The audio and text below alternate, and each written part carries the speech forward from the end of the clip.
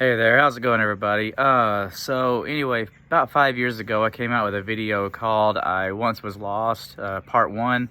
This is actually the part two. Yeah, it's been 5 years ago. I was actually really torn about the future of this channel. If I was gonna actually keep this going. At one point, I was thinking about just deleting this channel altogether and just starting off fresh, because my channel has some clutter in it, I guess you could say. I mean, I've even got some videos of some silly truck parts or something, early years of this channel, and it's like it didn't really have any specific direction to it, but I had other stuff in it that it's just me. And I guess it's one reason I decided against just deleting this channel altogether, was because what you see in this channel in my videos is some good and the bad and the ugly, but it's just me. And so I think I'll just keep it where it's at, but I'm wanting to from this point forward stay focused on some specific areas. And so that's why this video right here is called actually episode 1. Even though it is a part 2 of an earlier video that came out 5 years ago. But what I want to talk to y'all today is going a little more in depth as me growing up as a Jehovah's Witness, and coming out of the Jehovah's Witnesses, and what that life was like, and what it was like to come out of it. Now, some of y'all seeing this may be ex-JWs or current JWs. For maybe some of y'all have never been a Jehovah's Witness, and you just happen to see this and click on it for whatever reason, and appreciate that. But I'll try not to be too long-winded on this, but there is a lot to cover. So anyway, let's get started. So I was born into it. I guess you could say I was second generation Jehovah's Witness. I think my mother wasn't born into it. My father wasn't born into it. My mother was evangelized by a Jehovah's Witness when she was 16 years old, and she quickly came into it. So by the time I was born, she had been in the organization probably for 20 years or better. But earliest things I remember is being a little 5-year-old kid, and being dressed in a suit and dragging a briefcase, whatever you can call it, as big as I was, around while we knocked on doors. That's kind of one of the earliest memories I have of it. While other children on Saturday mornings are getting to watch Saturday morning cartoons and eat cereal or whatever that kids normally do on a Saturday morning, I was door to door. And I remember I remember that's something that I hated it so bad. And it was just every Saturday after Saturday after Saturday. It was that when you grow up in, and I'll call it what it is, this cult. When you grow up in that, you don't get to be a typical kid. It just doesn't happen. You were thrown into situations at a very early age that no child would wish to be put in. No child desires to walk up to a complete stranger's door and knock on it when you don't know who's going to answer the door. And actually, what's funny is one of my greatest fears was that who would answer the door would be one of my schoolmates. That, for some reason, that just terrified me. And some of y'all who are in the community, the Jehovah's Witness ex-JW community, probably remember that, and you can probably laugh with me on that. You know what I'm talking about exactly. But it was and forgive me, this video is completely tongue-in-cheek. I had no agenda. Like, I'm just saying this as stuff comes to my mind. But but yeah, it's a lot of pressure. And I guess what was worse about it is that not only you're not really allowed to be a kid like a lot of other children are allowed to be a kid. You don't have birthdays. There's no Christmas. There's no reason to celebrate anything. I didn't. When Christmas time came around, other children were receiving gifts, and there was this excitement. I didn't get to experience that. When a birthday came around, when other children got to have friends over and just have a silly cake or cookout or stuff like that, I didn't get to have that. Your life is really, really immersed in, surrounded by, and completely dedicated to this organization that you were born into and didn't have any choice at all whatsoever to be in, out of, whatever. You're just there. And I remember as I became, I would say, an older child, I want to say elementary school, I remember one year, I think it was during Christmas, and we had, actually, let me back up a little bit, forgive me. When primary school, I remember this, every day we would get up to do the Pledge of Allegiance. And that's another thing that Jehovah's Witnesses and Jehovah's Witness children are not allowed to do, is recite the Pledge of Allegiance. So I was forced, I was taught and believed that if I did this, that God would be angry and he would destroy me if Armageddon came. That's something that's kind of held over your head. Even as a kid, we even remember when you were a kid, probably remember any of y'all that were ever involved in this, some of the pictures of this kind of doomsday, Armageddon, fire coming down from heaven, women dying, men dying, children dying. And I remember my mom pointing at these pictures, and there would be a picture of a child that's being destroyed by God, and my mom would point to that picture and basically say, you know, if you don't do right, that will be you one day. And when Armageddon comes, and it just absolutely scared the hell out of me. And so that's really the sad reality of what you grow up in. And so when you go to school and you got the teacher and the students stand up to say the Pledge of Allegiance, and you're not allowed to because you're afraid that God will destroy you if you do it. And I remember the teacher did not appreciate the fact that I did that, and I was actually forced to sit outside while the other children did the Pledge of Allegiance. I had to sit in the hallway, and then of course when they got done, the teacher would come out and say, okay, you can come back in now. And it made a spectacle of me.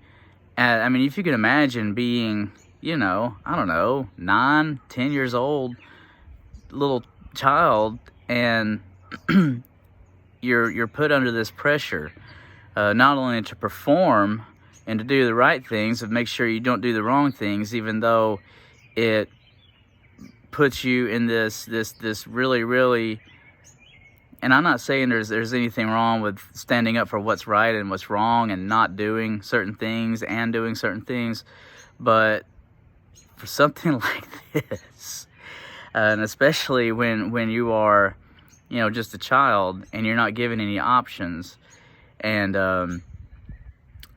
it was that, and then going back to elementary school, Christmas. I remember one Christmas, there was everybody was exchanging gifts, and all these kids were getting these toys and stuff, you know. And I had to sit at my desk, and I didn't have nothing to give, nor did I receive anything. And I actually broke down. I was just sad little child that just broke down right there in the middle of this and was just weeping uncontrollably.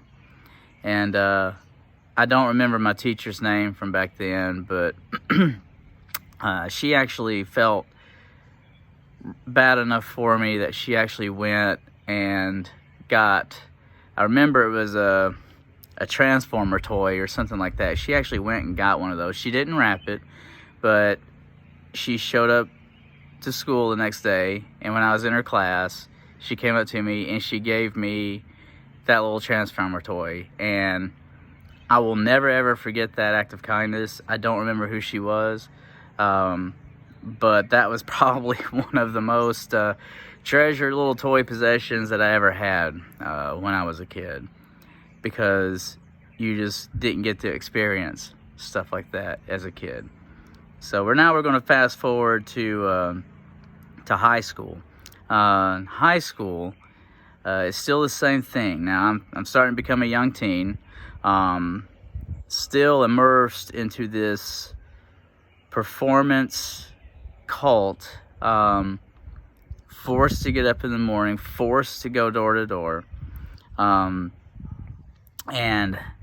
is like literally, you know, over a decade now of this, and I was getting absolutely fed up with it. I was just so sick of it. You're not allowed to have friends outside of the Watchtower organization. When you're in that, you're not allowed to have friends. You're barely allowed to have acquaintances.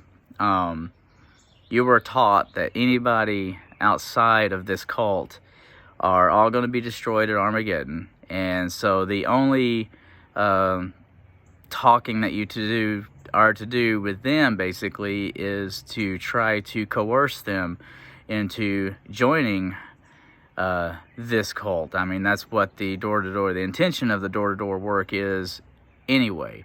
And now the rank and file don't really believe that per se, or they don't. Let me back that up again. That is not the absolute intention of the rank and file. If they show up to your door knocking on it, is just to coerce you to join a cult, because they don't believe that it's a cult, but they actually believe that they're trying to save your life. That's the sad scope of it anyway. But being a young teen in that, still not allowed to have friends. You're still forced into this door-to-door thing. You're not allowed to have any kind of association with people outside of the organization, so you're cut off from society in general. Christmas again, all those holidays is a big no. You just don't grow up knowing what it's like to be like family integrated. You don't grow up knowing what it's like to give, unless it's in the scope of the organization. You know what it's like to grow up to give to the organization, because that's what your whole life is centered around. It's just that. But when I turned 18, I just completely rebelled. I got a girl, started having sex with her, married her right out of high school, and it was pretty much just a in your face. Like, I was just done. That marriage only lasted about a year, and now as I go through this, I don't want to throw anybody that I've been in a relationship with under a bus. So when I talk about this, I'm not going to say who's at fault or what or anything. It's just going to be a matter of fact, this is what happened. So me and her divorced. I was disfellowshipped when I married her, which was, you know, that was a give-in. When we divorced, I stayed out of the organization probably about 10 years, I think it was. I had gotten remarried during that time, and when I got remarried, I was out of the organization, and I went to some other churches and things like that. Now, I won't go into depth into that, because on my I Once Was Lost Part 1, I go a little more in depth on that. But during that time, I started to come back to the witnesses, and my second wife, she divorced me. Now, whether it was completely related to the cult, I don't know. There was some other things that had went on, but she divorced me. So here I am, I'm newly divorced. I'm back in the Watchtower organization. But it was different. Now, if any of y'all have ever been disfellowshipped and reinstated as one of Jehovah's Witnesses, you'll probably remember that it's just not the same. It's almost as like you have kind of a almost like a scarlet letter or something. You're just not treated the same by the members of the society or the people that are there. And so there was always kind of this rift after that. And there was actually people that even after I was reinstated, they never stopped shunning me. And that's something I could probably, I can't read their hearts. I'm not sure why. Maybe it's just self-righteous indignation. I don't know. But me being still a young man, and newly divorced, I got involved with another girl. Now, this girl, I just knew better. She was bad news. But she had a daughter who had no father in her life. And I think it's one of those things where this little 2-year-old girl kind of got my heart. She got hold of my heart. And I think when I married her mother, it was more for the sake of her daughter, which may have been a good thing or a bad thing, I'm not sure. But once again, since she was not one of Jehovah's Witnesses, I was immediately disfellowshipped, flat out. So that marriage lasted about 7 years. And I won't go into details, but she got into some really bad things. I'll just leave it at that. And well, she left. And so here I was trying to get back right with the Jehovah's Witnesses. She divorces me. I was eventually reinstated, but it's like I never had the relationship with my friends that I once had. It was just gone. And what's really, really sad about this organization is that even though they say there's forgiveness, there's really not forgiveness. It is about performance. And if you don't make the cut, you just don't make the cut. But so here I am, a young, I would say young man, about 38 by then, in this organization, really been through a bad time with my then ex-wife. I had absolutely no support group. I had nobody that I could come to. And when you are in that, not only do you not have a support group, but they strongly discourage you from seeing a therapist, from talking to anybody. So not only are you not allowed to talk to somebody outside of the organization, you are also in this trap where you can't really talk to anybody in the organization. So you're really just set up to fail. You're just kind of in limbo. There's no love.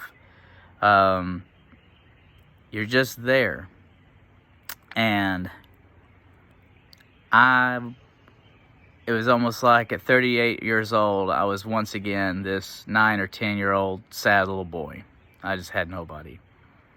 But I pretty much just lost it. I was done. I just went out. I did whatever I wanted to do. I would spend my weekends partying, carousing, and I would show up sober Sunday morning to pick my mother up and take her to the Kingdom Hall, to sit in the Kingdom Hall and to listen to this fake whatever it was. And the whole time thinking that maybe somehow I would be all right in the end. And it just wasn't. Now, on my first video, on part 1, I go into what happened after that. That God saved me. He brought me out of that, showed me my sin, and I was able to repent and come to Christ. That has been 7 years ago now, I believe. But the future of this channel is going to be to help. I want to help Jehovah's Witnesses. I want to help even non-Jehovah's Witnesses, ex-Jehovah's Witnesses, or maybe just people who want to know how to help Jehovah's Witnesses. But I want to really focus on that community. And I know there's no shortage of channels that is out there for these kind of resources. Matter of fact, some of them I will probably use as resources, and I'll be sure to give credit where credit is due in that situation. I just really have a deep what's the word? I really feel strongly for people who are either still trapped in this cult or who have come out of it and just don't know where to go. And I just hope that if you're hearing this, and this is the way I'm going to close my videos, is to say that there not only is life outside of the Jehovah's Witness organization, but there is life and forgiveness in Christ. There is, I promise you. I've went over 20 minutes now. That's probably long enough. In my next video, I think I want to take a look at one of the well-known doctrines of Jehovah's Witnesses, and that is the Jehovah's Witness hatred for the deity of Christ. In John 1:1, I will bring up one of their articles in that. We'll get started on that right away. Other than that, thank y'all for watching. If you want to subscribe, please do so. If you don't, that's okay. But y'all have a good rest of your day, and I will see you guys very soon. Thanks.